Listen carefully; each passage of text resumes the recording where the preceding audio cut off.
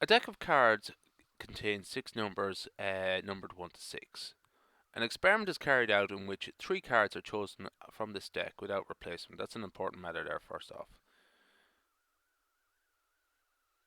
Okay, and the result is recorded as an ordered triple, such as 1, 2, 4, and which is a different result from 2, 4, 1. Now that's important because this is telling us this is permutations we're dealing with rather than combinations.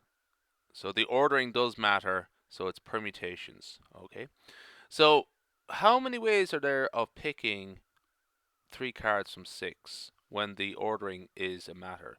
And how we compute that is we use the formula here. So 6 P3 is how we might write it. And that is how many ways are there of picking an ordered triplet of 3 cards from when there's 6 to choose from. That is 6 factorial over 6 minus 3 factorial, and that is equal to 6 factorial divided by 3 factorial,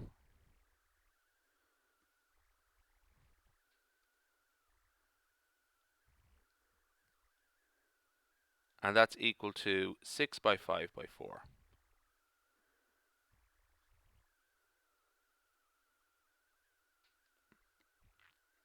So, and that's equal to 120. Now, I'm actually going to sort of focus in on this line here. 6 by 5 by 4. This is a very informative bit of information. Essentially what we're saying is we have 6 options or 6 stages or 3 stages. The first stage we have 6 cards to choose from. In the second stage we have 5 cards left. Sorry, in the first stage we have 6 cards to choose from. We choose a card. In the second stage we have 5 cards left. We choose one of those. And after that, in the last stage, there's 4 cards left, and we choose one from that. So it's actually how many it's like this number of stages and the number of options at each stage, and that's actually quite useful. So we're going to, like, this is the first stage here, second stage, and third stage, and each of these represent the number of options we have. So I'm going to actually that's going to help us a lot actually thinking in terms of this. So I'm just going to sort of take some of this out here just to make a bit of room. So that is going to be help us with our answer. So the number of ways, let A be the event that the first card is even, and let B be the event that the last card is a 6. Calculate the number of elements in each of the sets A, B, A and B, or A intersection B, and A union B, or as in other words of saying A or B. So N of A. Let's do A. Now I'm going to sort of cordon this off here a little bit, just to sort of have a little reminder of it there. We have only 2. So the first stage, where we had 6, we can only pick an even number here. So there's only 3 cards there that are even. So rather than being able to pick from all 6, we only can pick from all 3 of the 6. So we have 3 by 5 by 4. When we have the first card picked out, when we have the first even card picked out, then we can pick any of the 5 remaining cards. And likewise, once we have the second card picked out, we can pick any of the 4 remaining cards. The constraint only comes here at the first part, when we pick out the first card in which is to be an even number. Let's just get that going there again. So that's equal to 60. Okay, so the answer, I'm just going to keep the answers here. 60. That's the answer to the first one. So the answer to the next one here, or the next part is how many numbers elements are there in B? And the answer to that is we'll take a very similar approach. So N of B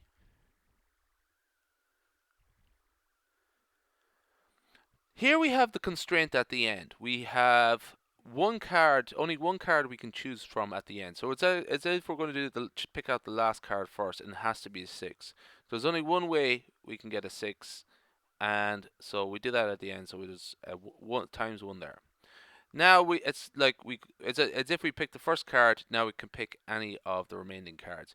So in the when we pick out the first card now, so to speak, we can pick any of the 5 remaining cards. Doesn't matter if it is 1 or 2 or 3, 4 or 5. Any of those 5 cards, and we have 4 cards left again. So there's actually 20 ways we can end up with 6 at the end. So of all the permutations, 20 of them have 6 at the end. So that's the number of ways of A, and the number of ways we can get B. Now the next one is A and B, or A intersection B, this one here. So this is a sort of odd one again. So we have N of A intersection B. And what is that equal to? That is equal, first off, let's try out our approach here again. Now here, essentially what we have is we have an even number at the start and we have a 6 at the end. Now, the first constraint is at the end. We must have a 6 there, and there's only one way we can get a 6 at the end, so it's a 1 there at the end. Next we go to the start. We can either have a 2 there or a 4 there. There's only 2 cards that can go at the start for the event A intersection B. So it has to be a 2 or a 4. So there's only 2 cards we can pick there. So it's 2 there. Now we can pick any of the 4 remaining cards. We have picked out we've got 4 cards left, and there's no constraint on any remaining 4. So we have 2 by 4 by 1. That's equal to 8.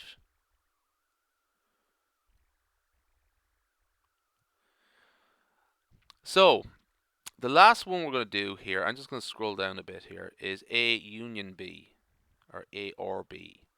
Now there's a special addition rule here called the addition rule, and the numbers of ways we can have A union B is the number of ways we can have A plus the number of ways we can have B. And to stop double counting of the intersection, we subtract it. So it's minus n of A intersection B. So again, don't forget that subtraction there, because it's to prevent double counting. So the answer here, I'm going to scroll down a bit more here, is we're going to use the numbers we've picked up along the way, 60, 20, and 8. And we are going to, our answer is essentially, so we had 60 here, 60. I don't know why my pen's doing that. Plus 20 and minus 8. So plus 20 and minus 8. And therefore the answer is 72. Okay. Now we can calculate the probabilities of each. Now essentially what we're going to do is, previously we found that the total sum was equal to, the total number of ways we can have pick out an ordered triplet was 120 ways. So essentially the answer to this part is we're going to divide our numbers by 120. So I'm just going to scroll down that again. So the probability of A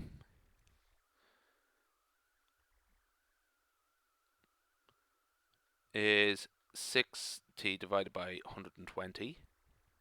That's equal to 50%, 0.5.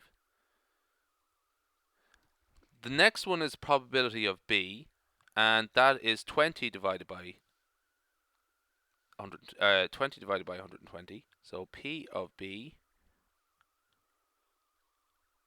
20 divided by 120. That's 1 in 6.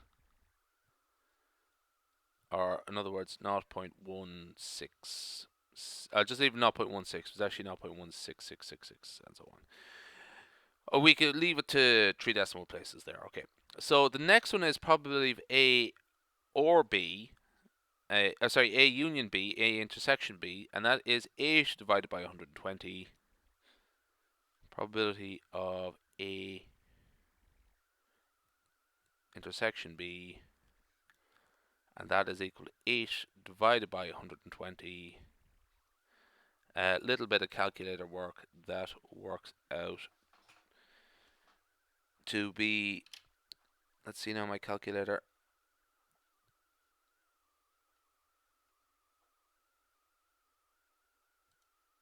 Let's pause this for a second. 0.666.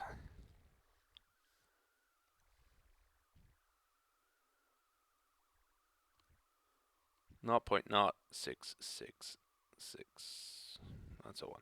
And probability of A union B is 72 divided by 120. Whoops, and that is equal to 60%.